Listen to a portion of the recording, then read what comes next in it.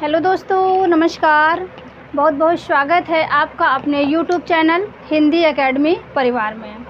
कैसे हैं आप सब? आशा करती हूँ अच्छे होंगे, स्वस्थ होंगे और मन लगा करके पढ़ाई कर रहे होंगे, अपने लक्ष्य के प्रति निरंतर आगे बढ़ते होंगे। तो दोस्तों, जैसा कि आज कृष्ण जन्माष्टमी है, तो आप सबको कृष्ण जन्माष्टमी की ढेर सारी शुभकामनाएँ और बहुत बहुत बधाई।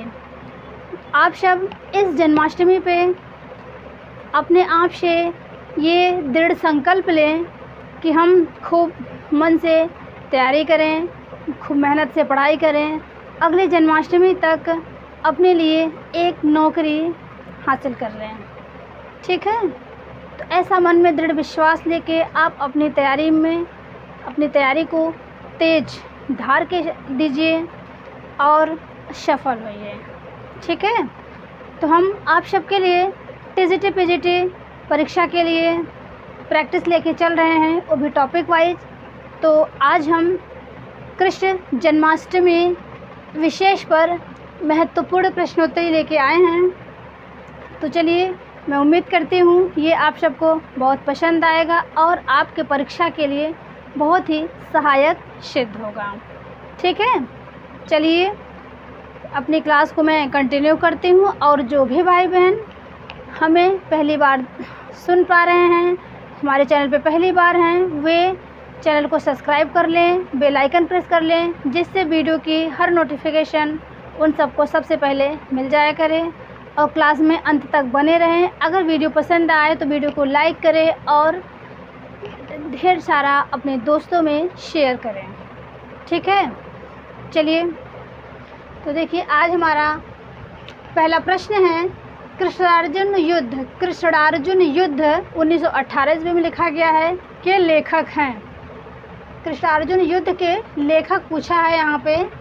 माखनलाल चतुर्वेदी ऑप्शन ए है, नारायण प्रसाद बेताब ऑप्शन बी है, लाला श्रीनिवास दास ऑप्शन सी है, ऑप्शन डी है बालकृष्ण भट्ट। चलिए, आप सब अपने अपने आंसर करिए।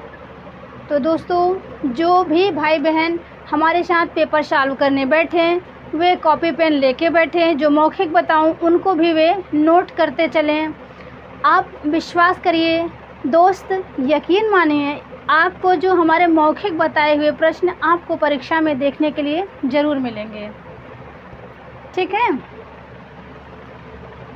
तो देखिए, कृष्णार्जुन युद्ध के लेखक हैं माखनलाल चतुर्वेदी।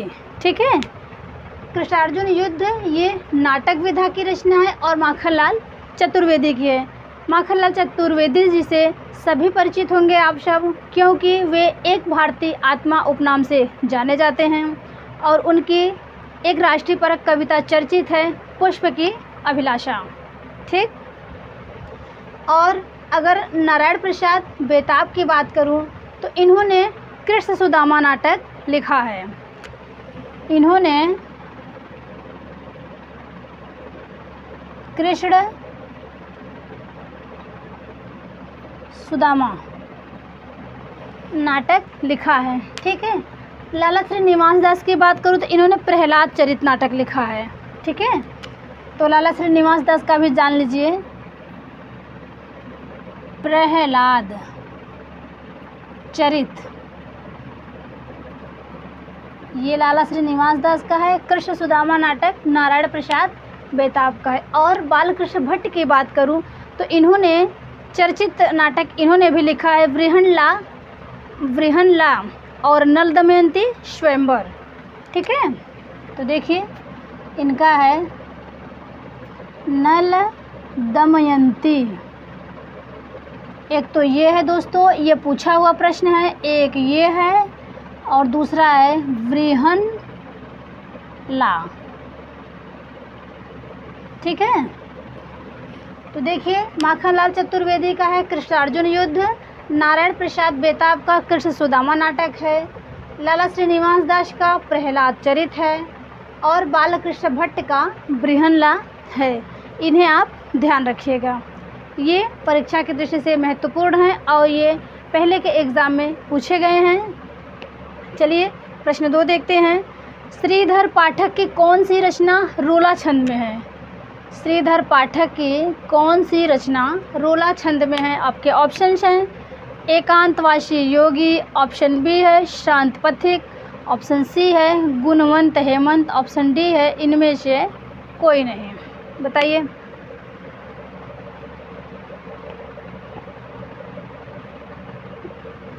देखिए, ये परीक्षा की दृष्टि से श्रीधर पाठक जी, देखिए श्रीधर पाठक जी, इनको वेरी इम्पोर्टेंट कर लीजिए। इनके सभी प्रकार की रचनाएं पूछी जाती हैं और ये महत्वपूर्ण कवि हैं। ठीक है, चलिए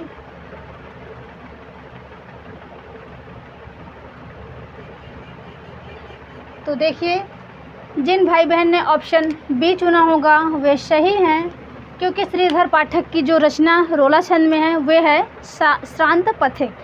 ठीक है, अगर एकांतवासी योगी की बात करूं तो ये लावनी या ये ख्याल शैली में लिखा गया है। इनको भी आप जान लीजिए, ये लावनी शैली में है। और ये खड़ी बोली की प्रथम पुस्तक है। खड़ी बोली की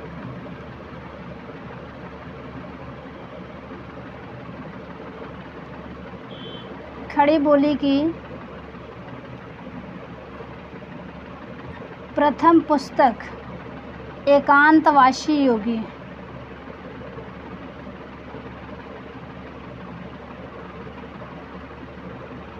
ठीक है, देखिए श्रीधर पाठक की रचना श्रांत पथिक जो है वो रोला छंद में है और एकांतवासी योगी लावनी शैली या ख्याल शैली में लिखा गया है।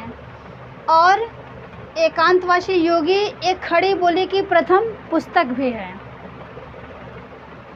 ठीक है, और अगर गुणवंत हेमंत की बात करूं तो ये खड़ी बोली की प्रथम कविता है। ये भी आप नोट कर लीजिए, गुणवंत हेमंत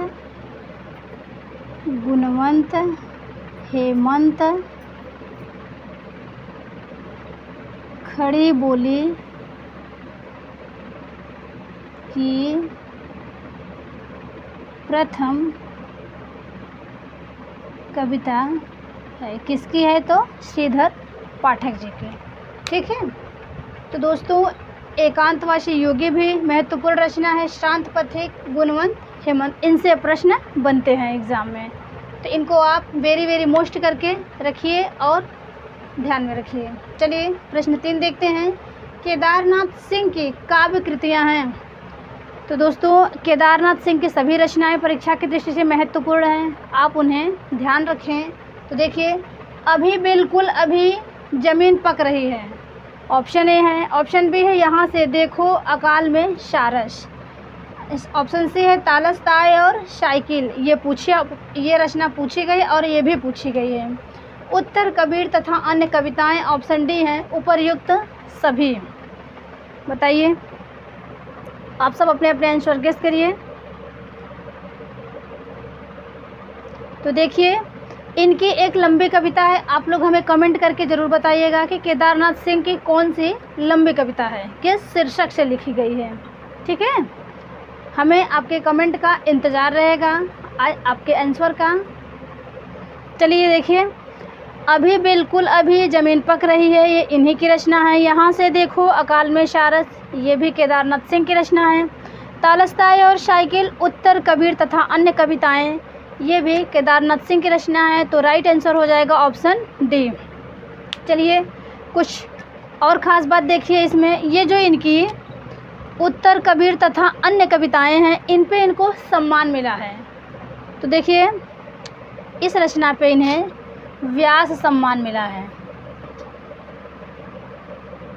उत्तर कबीर तथा अन्य रचनाएं, उत्तर कबीर तथा अन्य कविताएं रचना पर इन्हें व्यास सम्मान मिला है केदारनाथ सिंह जी को। ठीक है, और अकाल में सारस रचना के लिए इन्हें ज्ञानपीठ पुरस्कार मिला है।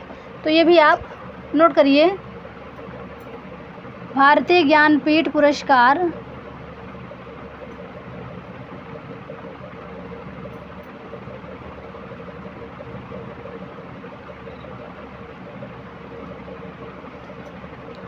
तो फिर से सुनिए, केदारनाथ सिंह की यहाँ पे जितनी रचनाएं दी हैं सभी हैं।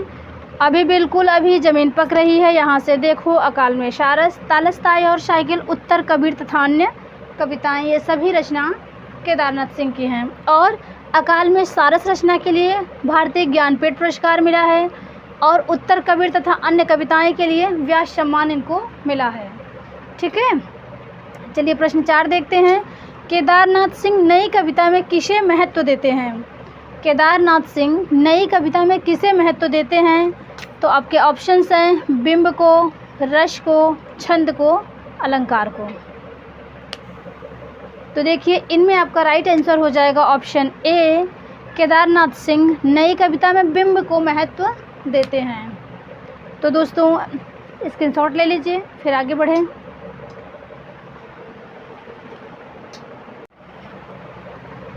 चलिए प्रश्न 5 देखते हैं। शमशेर बहादुर सिंह की कविताओं के संबंध में कथन। कथन क्या है? शमशेर का गद्य हिंदी का जातीय गद्य है। शमशेर का गद्य हिंदी का जातीय गद्य है, ये कथन किसका है? तो ऑप्शन देखिए, ये कथन रामचंद्र तिवारी का है, अज्ञेय का है, मलयज का है, मुक्तिबोध का है या फिर विष्णु खरे का है। अब सब अपने अपने आंसर करिए। ये शमशेर बहादुर सिंह के कविताओं के संबंध में ये कथन कहा गया है कि शमशेर का गद्य हिंदी का जातीय गद्य है। तो देखो यहाँ से शमशेर बहादुर सिंह के लिए जो ये कथन दिए गए हैं, इनकी कविताओं के लिए यहाँ से प्रश्न बनते हैं, तो आप सब इनको ध्यान में रखें।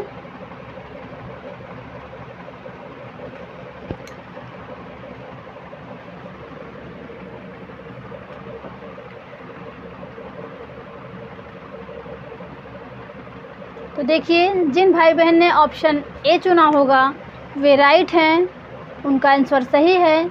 शमशेर का गद्य हिंदी का जातीय गद्य है, ये कथन रामचंद्र तिवारी का है। अगर अज्ञेय की बात करूं तो शमशेर कवियों के कवि हैं। अज्ञेय ने उन्हें क्या कहा है कि शमशेर कवियों के कवि हैं। ये तथ्य आप सब नोट कर लीजिए, शमशेर कवियों के कवि हैं, ये कथन सच्चिदानंद हीरानंद वात्स्यायन अज्ञेय ने कहा है। अगर मलयज की बात करूं, इन्होंने कहा है कि शमशेर मूड्स के कवि हैं, किसी विजन के नहीं। शमशेर मूड्स के कवि हैं, किसी विजन के नहीं, ये मलयज ने कहा है। और मुक्तिबोध ने कहा है कि शमशेर प्रणय जीवन की प्रसंगबद्ध रसवादी कवि हैं। एक बार फिर से सुनिए कि मुक्तिबोध ने शमशेर को क्या कहा है कि प्रणय जीवन का प्रसंगबद्ध रसवादी कवि शमशेर हैं। ठीक है, और विष्णु खरे की बात करूं, हमने यहाँ पे एक ऑप्शन बढ़ा दिया है। ये भी तथ्य आप सब जानते रहिए, क्या पता परीक्षा में कहाँ से प्रश्न आ जाए। ठीक है, तो शमशेर की शमशेरियत, ये विष्णु खरे की रचना है। सॉरी, ये विष्णु खरे का कथन है। शमशेर की शमशेरियत, शमशेर की शमशेरियत। ठीक है, और इन सब का आप शमशेर कवियों के कवि हैं, अज्ञेय शमशेर मूड्स के कवि हैं, विजन के नहीं। और इनका प्रणय जीवन और मुक्तिबोध मुक्तिबोध ने क्या कहा है कि प्रणय जीवन और प्रसंगबद्ध रसवादी कवि शमशेर हैं। तो आप ये ध्यान रखिए। चलिए प्रश्न 6 देखते हैं। श्री दामा नाटक के लेखक हैं, ये 1904 की रचना है। तो लेखक हैं राधाचरण गोस्वामी, अंबिका दत्त व्यास, शिवनंदन सहाय, ब्रजनंदन सहाय। इनके ऑप्शन करिए।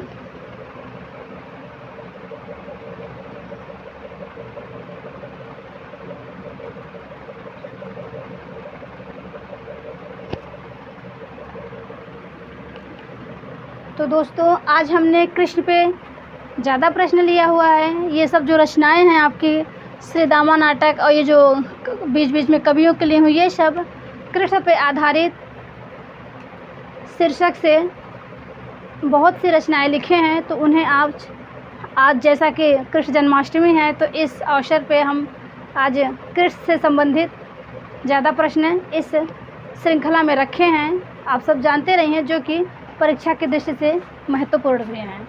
ठीक है, चलिए तो देखिए, जिन भाई बहन ने इनमें भी ऑप्शन एल चुना होगा तो वे राइट हैं।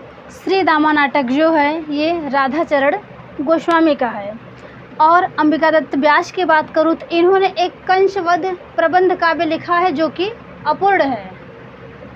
इसके पहले प्रैक्टिस में हमने ये कराया है। अंबिका दत्त व्यास जी ने कंसवध नाम से अपूर्ण प्रबंध काव्य लिखा है। और कंसवध नाम से इनकी रचना कंसवध है, इसको आप सब जान जाइए। प्रबंध काव्य कंसवध, यहाँ वध होगा, ठीक है, कंसवध। और कंसवध एक दो रचना और है इसी नाम से, कंसवध।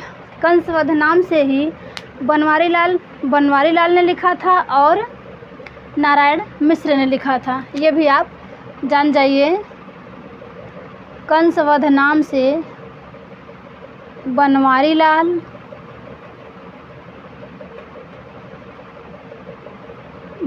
लाल और नारायण मिश्र ने भी लिखा है, नारायण मिश्र।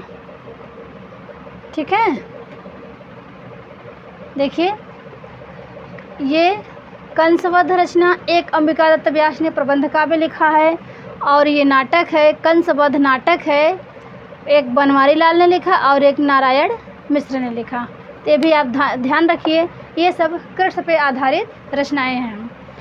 और इनका भी हो गया। अब शिवनंदन सहाय की बात करूं तो इन्होंने सुदामा नाटक लिखा है और 1907 में लिखा है। देखिए सुदामा नाटक है, ये नाटक है और 1907 में है। शिवनंदन सहाय का सुदामा है और राधाचरण गोस्वामी का श्री दामा है। कन्फ्यूजन में मत आइएगा, ध्यान दीजिएगा।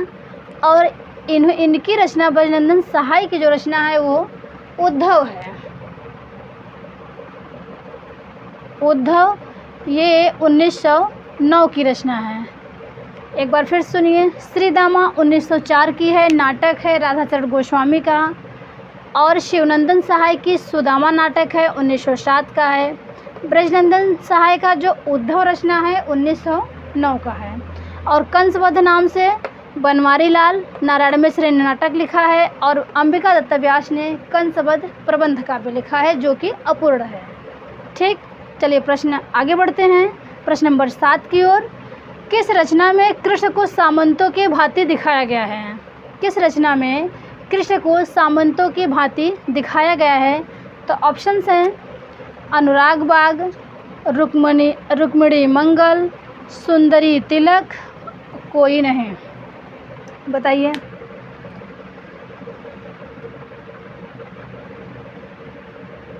तो देखिए इनमें आपका जो भाई बहन ऑप्शन बी लगाए होंगे वे सही हैं। इनमें आपका राइट आंसर हो जाएगा रुक्मिणी मंगल। अनुराग बाग की रचना की बात करिए, किसकी रचना है? ये पूछी गई रचना है, तो ये आपका किसका है? तो ये दीनदयाल गिरि की रचना है। देखिए ये रचना दीनदयाल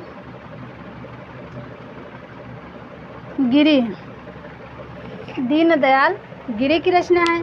और सुंदरी तिलक की बात करूं तो अंबिका दत्त व्यास की रचना है। अंबिका दत्त व्यास की रचना है। ठीक है, तो दोस्तों हमने ये जो विकल्प में जो प्रश्न बता रहे हैं ये परीक्षा की दृष्टि से महत्वपूर्ण है, इन्हें आप ध्यान रखें, तैयार रखें। चलिए प्रश्न 8 पे चलते हैं। राधा और कृष्ण से संबंधित पदों की रचना किस कवि ने नहीं की है? आपके ऑप्शंस हैं जयदेव, सूरदास, विद्यापति, कबीरदास।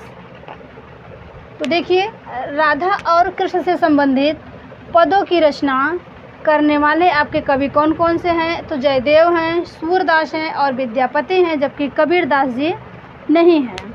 ठीक है, तो इनका राइट आंसर हो जाएगा ऑप्शन नंबर डी। चलिए प्रश्न 9 देखते हैं। निम्न में एक लंबी कविता नहीं है। यहाँ पे नहीं शब्द पूछा है। देखिए, पहले आप इनको ऐसे कर लीजिए, फिर देखिए एक लंबी कविता नहीं है। तो देखिए आपको नहीं का चुनाव करना है। समय देवता ऑप्शन ए है, बाघ ऑप्शन बी है, ऑप्शन सी है प्रमथ्यु गाथा, ऑप्शन डी है अमन का राग, ऑप्शन ई है, हमने एक ऑप्शन पढ़ाया है, कनुप्रिया। बताइए कौन सा नहीं है।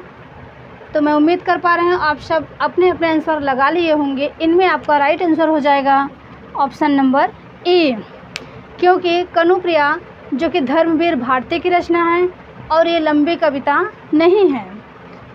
धर्मवीर भारती की रचना सभी महत्वपूर्ण हैं। उनके उपन्यास हो गए, नाटक हो गए, आप सभी रचनाओं को तैयार करें। देखिए समय देवता की बात करें, ये लंबी कविता किसकी है? तो ये नरेश मेहता की है। ठीक है, समय देवता नरेश मेहता की है। बाघ लंबी कविता की बात करें तो केदारनाथ सिंह की है, केदारनाथ सिंह की है। और प्रमथ्यु गाथा की बात करूं तो प्रमथ्यु गाथा जो लंबी कविता है ये धर्मवीर भारती की है। अमन का राग ये शमशेर बहादुर सिंह की लंबी कविता है। तो इन लंबी कविताओं से भी एक प्रश्न बनते हैं परीक्षा में, तो आप सब ध्यान रखें। ठीक है, चलिए। और ये कनुप्रिया लंबी कविता नहीं है, धर्मवीर भारती की रचना है। धर्मवीर भारती के दो चर्चित उपन्यास हैं, गुनाहों का देवता, सूरज का सातवां घोड़ा। ठीक है, इन्हें भी आप ध्यान रखें। सूरज का सातवां घोड़ा में एक माणिक मुल्ला पात्र है, ये भी बार बार परीक्षा में पूछा जाता है। और जो गुनाहों का देवता है उसमें चंदर और सुधा की प्रेम कथा का वर्णन है। ये कारुणिक उपन्यास है। ठीक है, चलिए आगे बढ़ते हैं। और कनुप्रिया इनकी रचना है। और देशांतर, एक रचना देशांतर धर्मवीर भारती की है, वो भी चर्चित है, ध्यान रखिएगा। चलिए प्रश्न 10 पे आते हैं। नरेश मेहता के प्रबंध काव्य कौन कौन से हैं? नरेश मेहता के प्रबंध काव्य कौन कौन से हैं? आपके ऑप्शंस हैं संशय की एक रात, महाप्रस्थान, प्रवाद पर्व और शबरी। ऑप्शन डी है उपर्युक्त सभी। तो दोस्तों नरेश मेहता भी महत्वपूर्ण लेखक हैं और इनकी रचनाएं परीक्षा में ज़रूर पूछी जाती हैं, इसलिए हमने उनकी सभी प्रबंध काव्य को यहाँ ले लिए हुए हैं। तो आप सब ध्यान रखिए, इनमें राइट आंसर हो जाएगा ऑप्शन डी, उपर्युक्त सभी। संशय की एक रात, इसमें राम के संशय की बात कही गई है। और महाप्रस्थान, प्रवाद पर्व और शबरी, ये दो रचना है, हमने एक ही में कर दिया है। प्रवाद पर्व एक है और शबरी महाप्रस्थान, ये प्रबंध काव्य हैं नरेश मेहता के। ठीक है, तो दोस्तों क्लास कैसी है? प्लीज़ दोस्तों इन प्रैक्टिस पे, इन क्लास पे प्रश्न कैसे हैं, ये सब पे आप अपनी प्रतिक्रिया ज़रूर दिया करिए। अपनी प्रतिक्रिया दे के हमारा मनोबल बढ़ाया करिए, जिससे हम और अच्छे अच्छे प्रश्नों का कलेक्शन लेके आप सबके सामने प्रस्तुत हों। ठीक है, और अगर वीडियो पसंद आए तो वीडियो को एक लाइक ज़रूर करिए और अपने दोस्तों में ज़्यादा से ज़्यादा शेयर करिए, जो कि इतने महत्वपूर्ण प्रश्न का लाभ वे सब भी पा सकें। चलिए आगे बढ़ते हैं।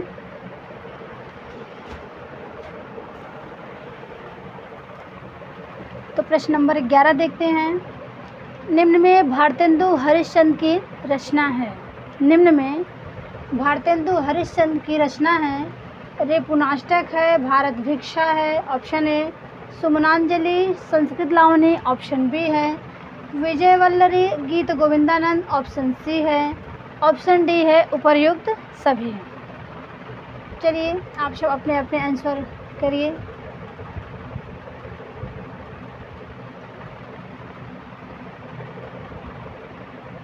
तो देखिए इस प्रश्न में जिन भाई बहन ने ऑप्शन डी चुना होगा वे सही हैं। ये सभी रचनाएं भारतेंदु हरिश्चंद्र की हैं। ठीक है, रेपुनाष्टक, भारत भिक्षा, सुमनांजलि, संस्कृत लावनी, विजय वल्लरी, गीत गोविंदानंद, उपर्युक्त सभी, ये भारतेंदु हरिश्चंद्र जी की रचना है। भारतेंदु हरिश्चंद्र की रचना रिपुनाष्टक है और एक रचना है मदनाष्टक। मिलते जुलती रचनाएं हैं तो आप याद कर लीजिए, सुन लीजिए एक बार। जो मदनाष्टक रचना है वो रहीम की है, ठीक है, मदनाष्टक रहीम की है। चलिए प्रश्न 12 देखते हैं। उद्धव शतक तथा विनय शतक रचना के लेखक हैं। उद्धव शतक तथा विनय शतक रचना के लेखक हैं रमाशंकर शुक्ल रसाल, ऑप्शन ए है, ऑप्शन बी है नरेंद्र शर्मा, ऑप्शन सी है वियोगी हरि, ऑप्शन डी है उदय शंकर भट्ट। तो गेस करिए अपने अपने आंसर। तो देखिए उद्धव शतक और विनय शतक रचना के लेखक हैं ऑप्शन ए रमाशंकर शुक्ल रसाल। रमाशंकर शुक्ल रसाल जिन्हें उद्धव शतक और विनय शतक नामक रचना की। अगर नरेंद्र शर्मा की बात करें तो इनकी भी रचनाएं महत्वपूर्ण हैं, जिनमें आपका हो गया द्रौपदी, कर्णफूल, पलाशवन, प्रभात फेरी, कदलीवन, ये सब इनकी रचनाएं पूछी जा चुकी हैं और ये बार बार रिपीट होती रहती हैं। तो नरेंद्र शर्मा की सभी रचनाओं को आप सब याद करें, ठीक है। चलिए ऑप्शन सी देखते हैं। वियोगी हरि। वियोगी हरि की रचना वीर सतसई है, वीर सतसई है और इन्होंने जो नंददास की रास पंचाध्यायी है उसे हिंदी का गीत गोविंद कहा है, ठीक है। और जो नंददास की रास पंचाध्यायी रचना है वो रोला छंद में है। तो देखते हैं। राधा वल्लभ संप्रदाय में उपासना का आधार है। राधा वल्लभ संप्रदाय में उपासना का आधार है आपके का प्रतिभा है, रस है, ज्ञान है, आचरण है। ये प्रश्न थोड़ा अलग है, देखिए। तो राधा वल्लभ संप्रदाय में उपासना का आधार रस होता है, ठीक है, इसलिए इसे रसोपासना भी कहा गया है। राधा वल्लभ संप्रदाय में इस उपासना को रसोपासना भी कहा गया है, ठीक है। और इस उपासना में राधा जी को कृष्ण से ऊंचा स्थान प्राप्त है। ये भी आप ध्यान रखिएगा कि राधा वल्लभ के उपासना रसोपासना में राधा जी को कृष्ण से ऊंचा स्थान प्राप्त है। तो ये भी आप नोट करिएगा। चलिए प्रश्न 14 देखते हैं। निम्नलिखित में चैतन्य महाप्रभु का नाम नहीं है। इसमें नहीं शब्द आया है तो पहले इसको ऐसे गोला कर लीजिए। अब देखिए निम्नलिखित में चैतन्य महाप्रभु का नाम नहीं है। निमाई, गौरांग, विश्वंभर, केशव भारती। आप सब अपने अपने आंसर गेस करिए।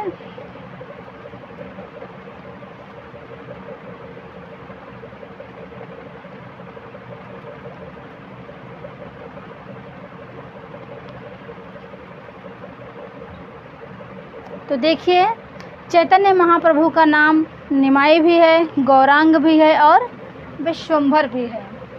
जबकि अगर केशव भारती की बात करें तो यही नहीं है। फिर ये हैं कौन? चैतन्य महाप्रभु के गुरु हैं ये केशव भारती। ये चैतन्य महाप्रभु के गुरु हैं, ठीक है। इन्होंने चैतन्य महाप्रभु के गुरु केशव भारती हैं। केशव भारती जी ने चैतन्य महाप्रभु को कृष्ण चैतन्य नाम दिया था। ये भी आप नाम ध्यान रखिएगा। कृष्ण चैतन्य, इनको चैतन्य महाप्रभु को कृष्ण चैतन्य नाम केशव भारती जी ने दिया था, यानी उनके गुरु ने केशव भारती उनके गुरु जी ने दिया था, ठीक है। चलिए प्रश्न 15 देखते हैं।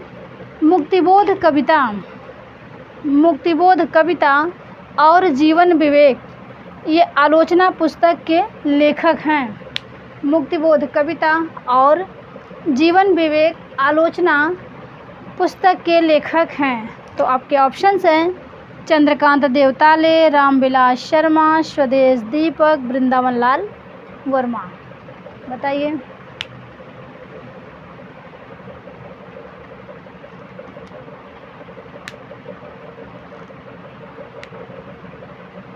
तो देखिए, इनमें जिन लोगों ने ऑप्शन ए चुना होगा वे सही हैं।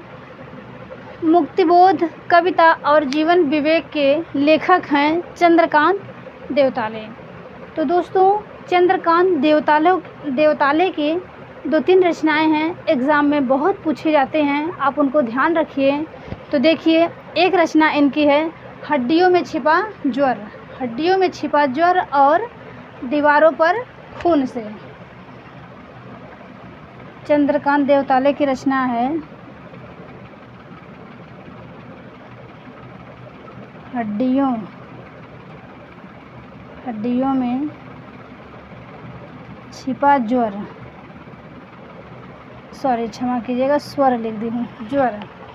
और दूसरी रचना है हड्डियों में छिपा ज्वर और दीवारों पर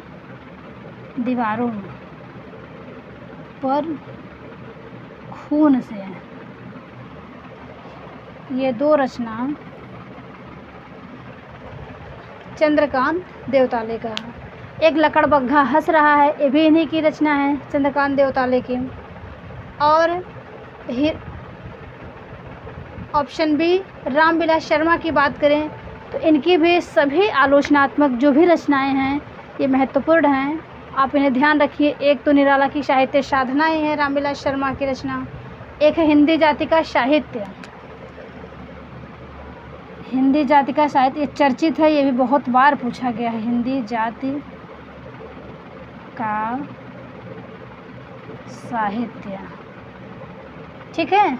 स्वदेश दीपक की रचना जो है वो कोर्ट मार्शल, नोट करिएगा, ये बहुत बार ये भी पूछा गया है, कोर्ट मार्शल। और वृंदावन लाल वर्मा की बात करूं तो इनके उपन्यास है अमर वल्लरी।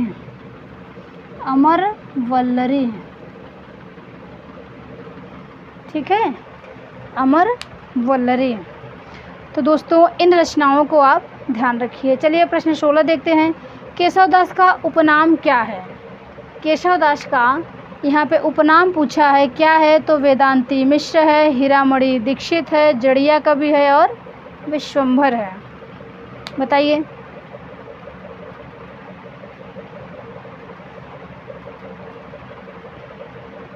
तो देखिए, जिन लोगों ने ऑप्शन ए लगाया होगा, गेस किया होगा, वे सही हैं।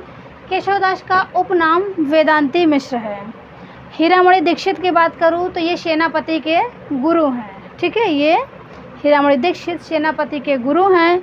जड़िया कवि की बात करूं तो ये नंददास को जड़िया कवि उपनाम दिया गया है। और विश्वंभर चैतन्य महाप्रभु का नाम है। ठीक है, चलिए स्क्रीनशॉट ले लीजिए, फिर आगे बढ़ें।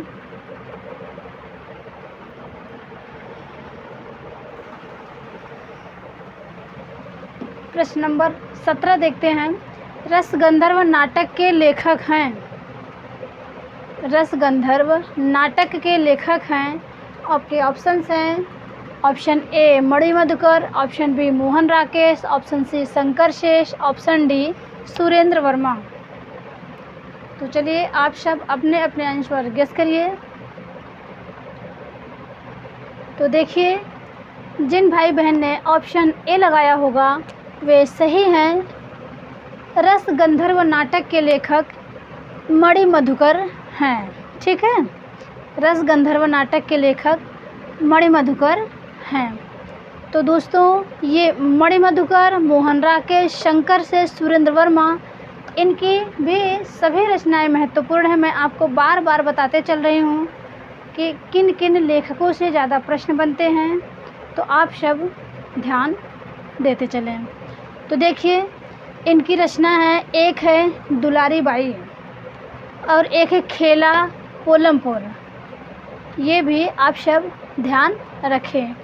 और मोहन राकेश के जो रचनाएं हैं जो प्रसिद्ध हैं, आषाढ़ का एक दिन हो गया, और लहरों का राजहंस हो गया, पैर तले की ज़मीन हो गया, आधे अधूरे हो गया, ये सब रचनाएं पूछी जाती हैं।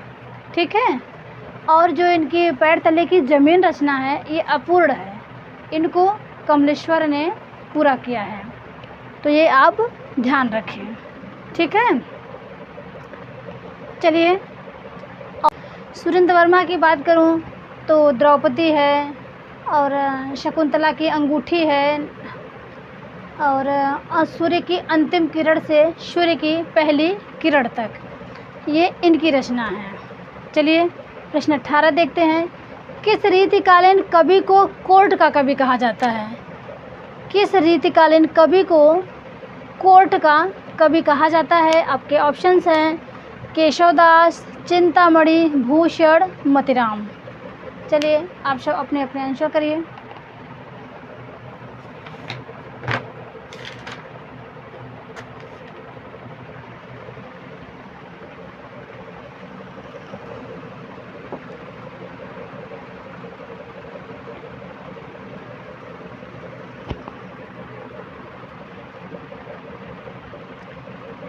तो दोस्तों, आप सब इन प्रश्न पे आप सब अपनी राय ज़रूर दिया करिए। प्रश्न कैसे हैं, किस लेवल के हैं, हमारा प्रयास कैसा है,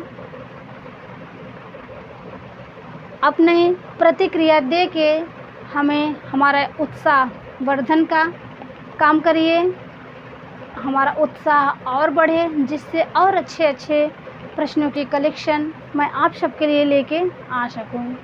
दोस्तों, जब आपका फीडबैक मिलता है तो बहुत अच्छा लगता है, इसलिए आप सब डिमोटिवेट ना करें, मोटिवेट करें। ठीक है। चलिए तो देखिए, किस रीतिकालीन कवि को कोर्ट का कवि कहा जाता है? तो वे हैं केशवदास जी, ऑप्शन ए।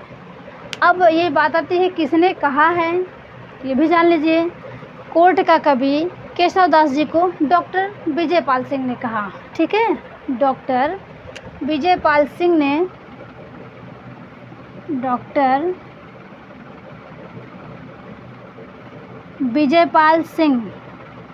ने केशव को कोर्ट का कवि कहा। केशव को कोर्ट का कवि कहा। ठीक है। तो चलिए, केशवदास की बहुत सी रचनाएं हैं। कवि प्रिया, रसिक प्रिया, रामचंद्रिका, विज्ञान गीता, जहांगीर जस चंद्रिका।